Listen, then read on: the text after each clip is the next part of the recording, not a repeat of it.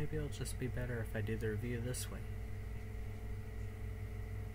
Then it'll replicate how I watched this movie, or should have watched this movie.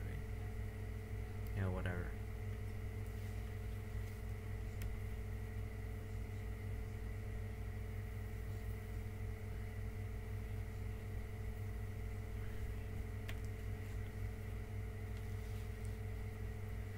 There's my beautiful face that everyone knows and loves. Anyway, hey there, movie reviewer next door, and you see the red color, you know what that means, it's a rant. I don't know how much I'll dig into this one though. It was a 5 out of 10, but I'm more disappointed given who directed it, and especially who stars in it, or who is in it. The film today is Hero Wanted, a film from 2008 directed by Brian Smers, who also directed 24 Hours to Live from 2017 starring Ethan Hawke. I'll get to that in a second. This film stars Cuba Gooding Jr., Ray Liotta, Tommy Flanagan, Norman Reedus, Ben Cross, and Kim Coates. Oh, also a couple scenes with Jean Smart, and those are some of the best scenes in the movie because she's a great actress. The story is, I forgot the characters' names. Cuba Gooding Jr.'s character is a trash man. He, takes trash, and he ends up saving a little girl's life from a car accident, which kind of mirrors his wife, who him like getting redemption for not being able to save his wife from a car crash, something like that. And then later he finds a bank teller who reminds him of his wife, and he's fallen madly in love with her, and his way of getting into her pants, per se, is faking a bank robbery. No, get this. Faking a bank robbery and having him save her from the bank robbers, or stand up to the bank robbers in order to impress her. You can see where this is going? So did I. But it goes wrong, she gets shot. This isn't spoilers. And he ends up in the hospital, and he tries to get revenge on the people who double-crossed him. They thought were his friends. This film is so disappointing to me. I was hoping that at least there would be some good action. There's one good action scene. One. I do mean one. There's one good action scene near the end. But this film,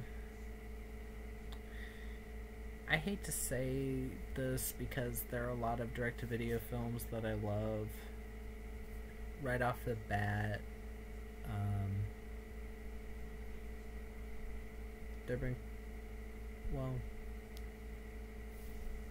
Let me just bring up my Letterboxd real quick. But yeah, I will say right up front, I didn't care for the film. I think it had a neat premise, but it squandered it. Direct-to-video movies that I've liked: Blackout with Josh Duhamel, Abby Cornish, and Nick Nolte. That was a fun one that everyone seemed to hate. Like, this film has a 1.7 on Letterboxd, and it's directed by Sam Raccaroni, who apparently choreographed a fight sequence for John Wick 3 using VR. And there's some pretty cool action in Blackout. Other direct-to-video films, White Elephant, one of Bruce Willis's later films. He's not the reason to watch it. The main reason to watch is Michael Rooker and Olga Kurylenko.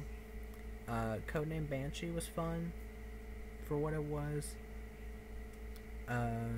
Measure of Revenge with Melissa Leo and Bella Thorne. Even though I don't love Bella Thorne, she was fine in that.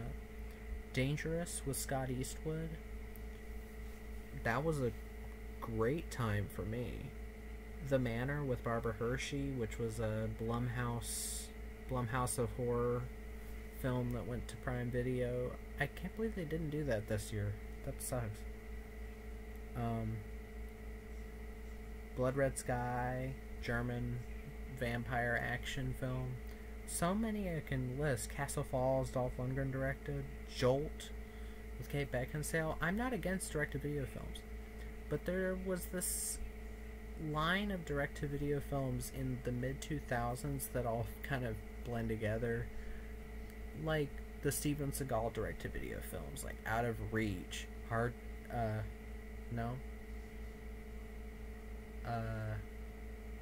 Ticker, Black Dawn, Flight of Fury,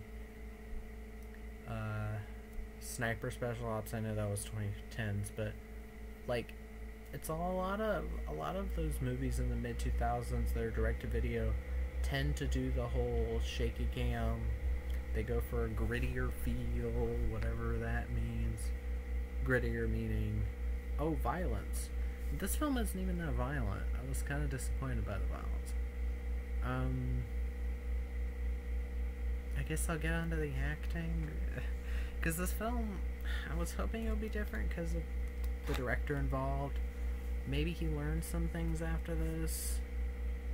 Because the other film he did, 24 Hours to Live, that's a lot of fun.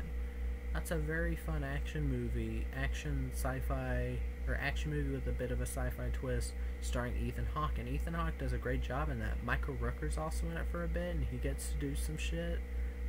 There's some great action in that. It's very bloody, very practical even. I noticed a lot of practical... No, it's just they had like some of the best looking CGI blood ever. Like, it was like fantastic CGI blood. It was almost indistinguishable from squibs. I would have rather they used squibs, but whatever. But yeah, Cuba Gooding Jr. in this film. I do not think he fits for this type of role. I don't think he fits as an action star. I think he's better as like a dramatic, like, speaker.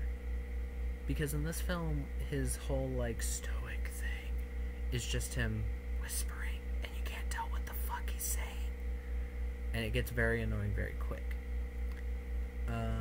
Ray Liotta's just there. He's bad. I've never understood the love for him, even in Goodfellas, which I don't love that film at all. I don't like it. I think it's a very overrated movie. If I want to watch a Martin Scorsese film, I'll watch Casino. I'll watch Boxcar Bertha rather than that. Even Taxi Driver, even though I don't love Taxi Driver, I can watch it for like all the build up to the third act. But yeah, I've never been into Ray Liotta that much. Yes, it's sad he died, and it sucks that he didn't get to finish his film that he was working on. And I wish all the love to his family. I mean, I don't know anything about him. But I guess he was an okay guy. I don't know. I guess the main villain is played by Tommy Flanagan. I like Tommy Flanagan. He was also in Codename Banshee as the villain. He was better there. His accent... It seems like he's trying to make it more over the top than usual, and I know his accent isn't that as pronounced as he makes it in this usually. But yeah, he was fine, I guess. Norman Reedus, barely there. I wish he was in it more, because he's fun when he's on screen. I wish Kim Coates was the villain. He's a better actor than Tommy Flanagan, in my opinion. Kim Coates can really do a maniacal villain. He was in that one kind of Die Hard-y type of movie. I think it was Point Blank with Mickey Rourke, maybe? I think. I remembered liking him in that. But yeah, as for like stuff that happens in the movie, there's not a lot that really happens. It's mostly it's told not in a non-linear fashion that doesn't really work. Like it's trying to do. If anyone saw Anna, Luc Besson's, I think, latest film still from 2019. I mean, most people didn't watch it because of some random allegations that never had any truth to them. Seemed like it was just people that had a bone to pick with him.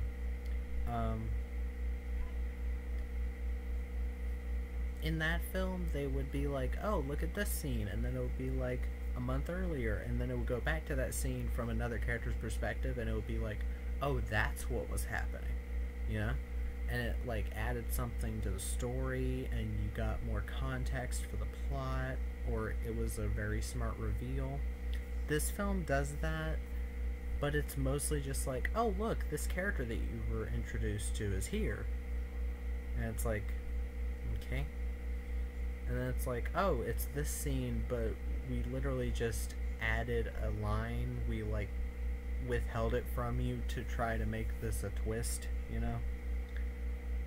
Where it's not a twist, it's just, oh, the writers are giving it to you. And a lot of people on IMDb are being like, oh, it's such a smartly written film. It's not. It's not at all. I don't even focus on writing that much when I watch an action movie. And speaking of action, this film barely has any. It has a couple fight scenes that are okay at best. The shootout near the end is fun, I guess. But that's literally about it, and it's too little too late because that's literally like the end of the movie. And the way that the main villain is dispatched of is just, I know, it's not a spoiler to say that the main villain dies. Is just so like, you know, it's just more like, oh really? That's how they killed him? Like, it should have been something special, given what he did to this guy. But with that said, I didn't really care for the main character, given what he did. It's his fucking fault that the bank teller was shot in the head. It's his fault. He set all this up to try to impress her, when in reality he should have manned the fuck up and walked up to her and said something. You know, like a normal person, but he's acting all, oh, shy. I'm so shy. I get it, dude. You just saved a girl from a burning car, and I'll get to the girl in a second because there's a really fucking weird plot line with that. But you can talk to women. You can just walk up to her and say something. And the girl that he saved. She's played by Sammy Hanratty. I like her as an actress. I wish she was in more films. She was in Bad Kids of Crestview Academy, and if you haven't seen that, it is a sequel to Bad Kids Go to Hell. If you're okay with sitting through a mediocre horror film to get to a fun, like, thriller, supernatural thriller, then go ahead. Because Bad Kids of Crestview Academy, I think, is very underrated. Yes, it looks cheap in some parts. There's some really bad CG fire. But overall, I had fun with it. With all the stereotypes of high school and all that. And I thought there were some really funny jokes. But yeah, Sammy Hanratty plays the daughter of this woman that Cuba Gooding Jr. saved from a burning car. And this is a really fucking uncomfortable scene. Like, I don't know why they put this in there. Nothing ever comes of it. I'm glad, because it's fucking creepy, and I was, like, shivering.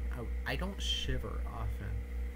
Even when I see, like, a movie that's super gory or an action movie that's super bloody, I more go, like, ooh, that was awesome, rather than, ugh. But, she says, like, he says to her, I feel like you're my little sister or something like that, which I was already like, okay, weird. And she says, I don't feel the same way as you, and I'm like, wait, what?